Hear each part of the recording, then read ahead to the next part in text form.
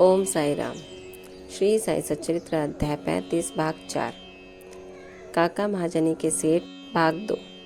जब बाबा ने काका महाजनी जी के सेठ को अंगूर वितरित कर दिए, उसके बाद श्यामा जी ने बाबा से उनका परिचय कराया। बाबा कहने लगे कि ये उनके सेठ कैसे हो सकते हैं, इनके सेठ तो बड़े विचित्र हैं। काका इस उत्तर से सहमत हो गए। अपना हट छोड़कर ठक्कर ने बाबा को प्रणाम किया और वे बाड़े को लौट आए। मध्याह्न की आरती समाप्त होने के उपरांत वे बाबा से प्रस्थान करने की अनुमति प्राप्त करने के लिए मस्जिद में आए। श्यामा ने उनकी कुछ सिफारिश की। तब बाबा इस प्रकार बोले। एक सनकी मस्तिष्क वाला सभ्य पुरुष था, जो स्वस्थ और धनी भी था। शारीरिक तथा मानसिक व्यथाओं से मुक्त होने पर भी वो स्वतः ही अनावश्यक चिंताओं में डूबा रहता और व्यर्थ ही यहाँ वहाँ भटक कर अशांत बना रहता था। कभी वो स्थिर और कभी चिंतित रहता था। उसकी ऐसी स्थिति देखकर मुझे दया आ गई और मैंने उससे कहा कि कृपया अब आप अपना विश्वास एक इच्छित स्थान पर स्थिर कर लो। इस प्रकार व्यर्थ ही भटकने से कोई लाभ नहीं। शीघ्र ही एक निर्दिष्ट स्थान चुन लो। इन शब्दों से ठक्कर की समझ में तुरंत आ गया कि यह सर्वथा मेरी ही कहानी है।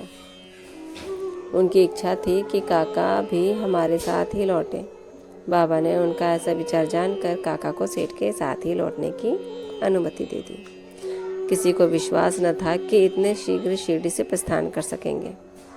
इस प्रकार ठक्कर को बाबा द्वारा विचार जानने का एक और प्रमाण मिल गया।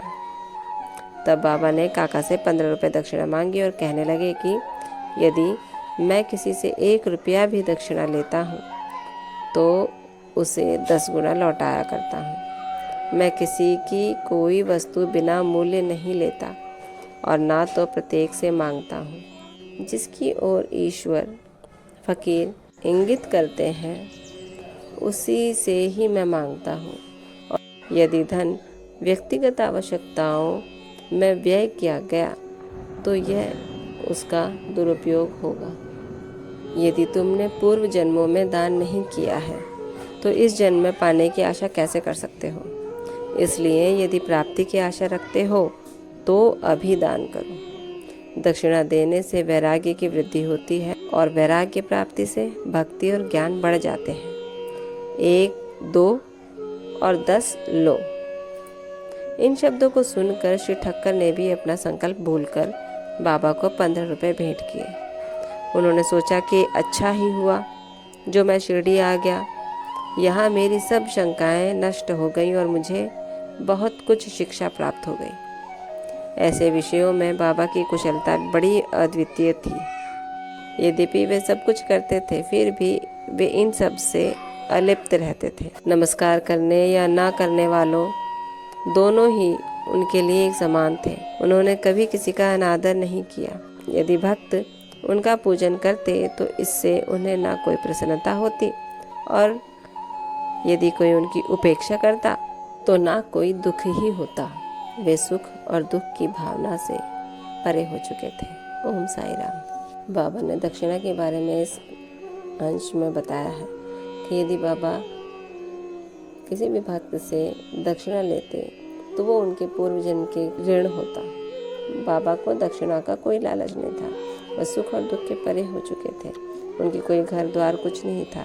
वो केवल भक्तों के निमित्त उनकी भावना को जागृत करने के लिए, आसक्ति दूर करने के लिए ही केवल दक्षिणा लिया करते थे और जब लेते तो उनको 10 गुना भक्तों की सहायता करके उन्हें पहुंचाते थे। इसी के साथ ये अंश ही समाप्त होता है। कल अगला अंश 5 में अनिद्रा पर अध्ययन होगा। तब तक ओम साई राम। बाबा आप सब पर कृपा रखें, आपको आशीर्वाद दें और कष्टों से दूर रखें। ओम साई राम।